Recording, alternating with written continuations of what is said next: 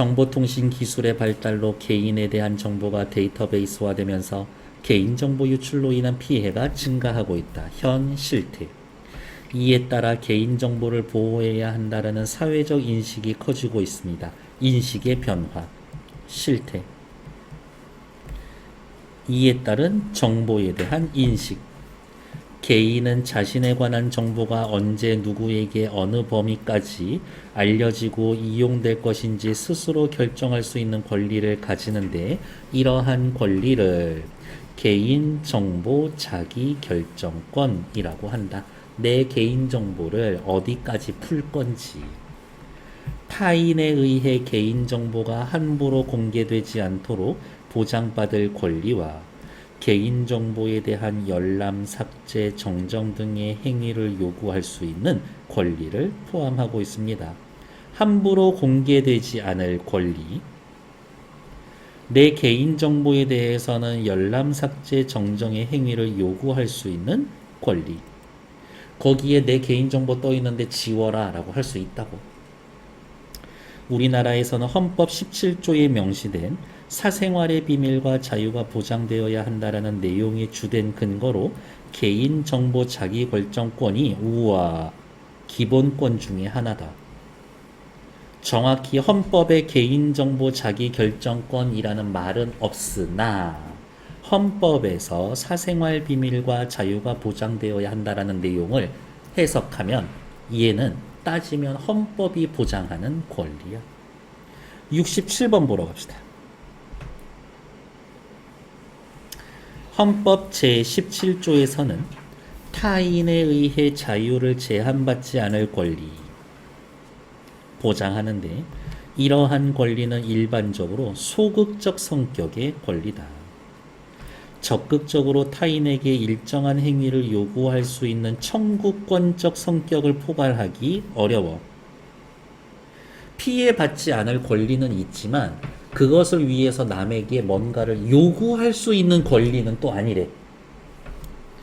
헌법 18조만으로는 개인정보 자기결정권을 보장하는 근거가 불충분합니다. 그것은 개인정보 자기결정권이 뭐하기 때문입니다. 뭐하기 때문입니다. 17조에서는 피해를 주지 말아요. 거기에서 끝나는 건데 개인정보 자기결정권은 뭔가 요구하는 권리인 거니까. 요구하는 적극적인 권리인 거니까 그 말 찾으러 가면 됩니다. 뭔가를 요구하는 적극적인 권리니까요. 뭔가를 요구하는 적극적인 권리이니까. 적극적인 권리니까. 그에 해당되는 얘기 찾으러 가면 몇 번 할 거예요?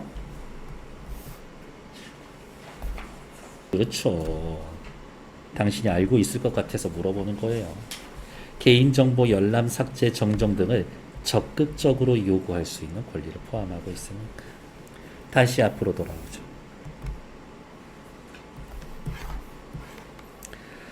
두 번째 단락. 이러한 개인정보 자기결정권을 보호하기 위해 제정된 법률이 개인정보보호법입니다. 개인정보보호법에서 규정하는 개인정보는 우리 58번 풀러가야지. A는 뭡니까? 개인에 관한 정보. 사망자에 관한 정보나 단체 혹은 법인에 대한 정보는 개인정보에 해당하지 않습니다. 사망자 X, 단체 X, 법인 X. 성명, 주민번호, 사진, 동영상과 같이 개인을 알아볼 수 있는 정보. 개인을 알아볼 수 있는 정보. 주어진 정보만으로 특정 개인을 알아볼 수 없더라도 다른 정보와 쉽게 결합하여 알아볼 수 있다면 이 역시 법적 보호 대상의 개인정보에 해당이 됩니다.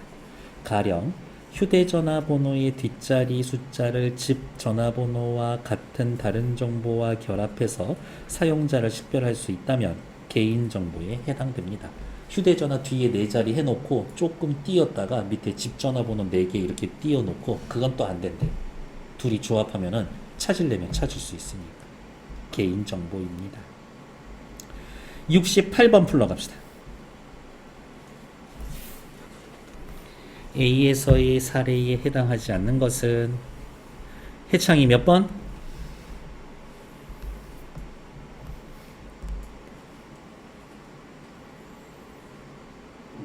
그렇죠.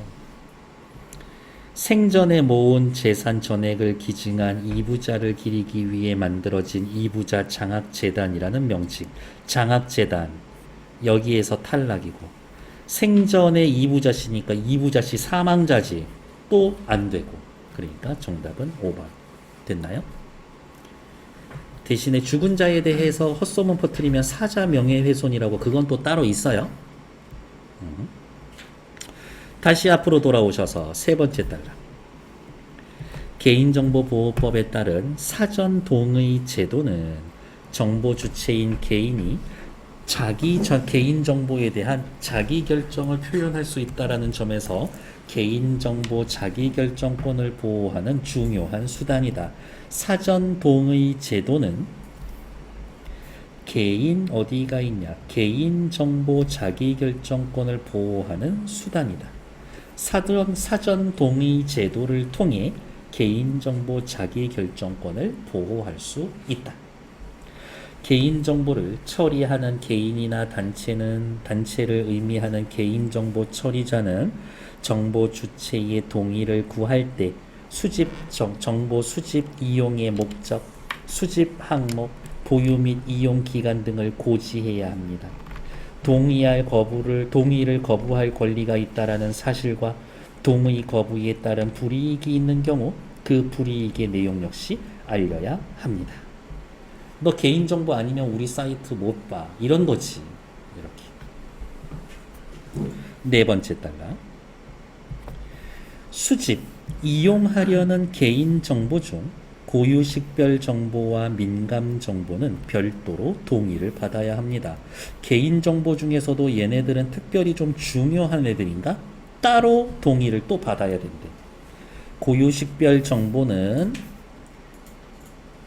여권번호와 같이 개인을 고유하게 구별하기 위해 부여된 정보이며, 여권번호, 주민번호, 운전면허번호 이런 거겠지. 민감 정보는 건강정보, 정치적 견해와 같이 주체의 사생활을 현저히 침해할 우려가 있는 정보입니다. 정보 주체가 알아보기 쉽도록 수집하려는 고유식별 정보와 민감 정보의 항목에 밑줄이나 큰 글씨로 강조해야 합니다. 당신 전화번호 쓸게요가 10포인트면 당신의 건강정보를 쓸게요는 한 20포인트 써야 돼. 굵게 하거나 밑줄 그어주거나. 그래서 69번에 옆에 슬쩍 보니까 건강정보가 굵고 크고 밑줄이 그어져 있구만. 이런 거지. 다섯 번째 단락. 개인정보보호법에서는 개인이 정보 수집의 이용에 동의했더라도 무분별하게 이용되어 개인의 권리가 침해되는 걸 막기 위해 수집 목적을 달성할 수 있는 한에서 개인정보를 익명정보로 처리하여 보존하거나 이용하도록 하고 있습니다. 익명정보란, 갑자기 그냥 다른 색깔 써볼까? 익명정보란 다른 정보를 사용해도 더 이상 개인을 알아볼 수 없는 정보. 익명정보는 시간, 비용, 현재 기술 수준이나 충분히 예견될 수 있는 기술의 발전 등을 고려했을 때 원래의 개인정보로 복원되는 것이 불가능하다고 판단되는 정보. 여러분의 개인정보는 암호화되어 있습니다. 그런 거 이야기하는 거지. 익명 처리를 마친 정보는 수집 목적 이외의 분야에서 활용하기 어렵다. 여섯 번째 단락. 최근에 정보 활용이 중요성이 커지면서 개인정보 활용의 유연성을 높여야 한다라는 주장이 대두되었다. 이거 악용하지는 않겠지만 이 데이터 잘 쓰면 너무 좋은 데이터, 새로운 데이터 만들 수 있는 것 같은데 걔네들도 좀 쓸 수 있게 해주면 안 될까? 개인정보보호법에서 개인정보를 익명정보가 아닌 가공정보로 활용하여 사용할 수 있도록 하는 방안을 마련했습니다. 가명정보. 가명정보가 있으면, 아이고야. 이런. 가명정보. 유연성을 높여야 합니다. 유연성 높입니다. 그리고 또 앞에다가 이렇게 써놓으면 되지. 앞에다가 유연성, 정보 활용의 유연성을 높여주는 게 가명정보. 가명정보는 개인정보의 일부를 삭제, 대체한 것. 추가 정보와 비교적 쉽게 결합하여 개인을 식별할 수가 있어. 개인정보보호법의 보호 대상이 됩니다. 이러한 가명정보는 통계 작성, 과학적 연구, 공익적 기록, 보존 등을 위해서 정보 주체의 동의 없이 이용, 제공될 수가 있어. 단, 가명정보는 익명정보와 달리 개인정보와 1대1 대응이 가능하기 때문에 제3자에게 제공하는 경우에는 알아볼 수 있는 정보를 포함해서는 안 됩니다. 됐을까요? 두 문제 같이 풀어드렸고, 오케이. 세 문제 시작! 65번 개인정보 자기결정권의 개념 첫 번째 단락에 있죠? 개인정보를 익명 처리하는 과정은 없어서 정답. 개인정보보호법을 제정하게 된 목적은 두 번째 단락. 그것을 보호하기 위해서. 개인정보 활용의 유연성 여섯 번째 단락에 있었죠? 어떻게 하면 돼? 가명정보 쓰면 되지. 개인정보 보호에 대한 인식이 확산된 배경 첫 번째 단락에 나와 있죠? 정답은 2번. 밑으로 내려와서 66번 기억과 니은에 대한 설명으로 적절한 것은 기억은 익명정보고요. 니은은 가명정보지. 기억은 익명 처리되기 전에 개인정보와 1대1로 대응합니까? 1대1로 대응하는 것은 아니지. 여러 개 조합해야 되지. 니은은 이용 목적에 상관없이 정보 주체의 동의가 필수적이다. 통계 작성, 과학적 연구, 공익적 기록 등을 위해선 동의 없이 제공될 수 있죠. 기억은 니은과 달리 개인정보보호법의 보호 대상이 아닙니다. 그렇지. 니은은 기억과 달리 수집 목적 이외의 분야에서 활용되기 어렵습니까? 기억과 달리 니은이지. 기억, 니은 모두 개인정보 처리를 제3자에게 제공할 수가 없다? 니은은 통계 작성, 과학적 연구, 공익적 기록 보존 등을 위해서 제3자에게 제공될 수 있죠. 그러니까 5번 틀리지. 정답은 3번. 됐을까? 다음 페이지. 76 했고, 67, 68 했고, 69번 보러 갑시다. 뭐 쭉 훑어 보셨을 테니까 뭐 쭉쭉쭉쭉쭉쭉 됐어. 1번 가에서 회사는 개인정보를 처리자. 그렇죠? 회원은 개인정보의 주체. 그 정보 내 거 맞죠?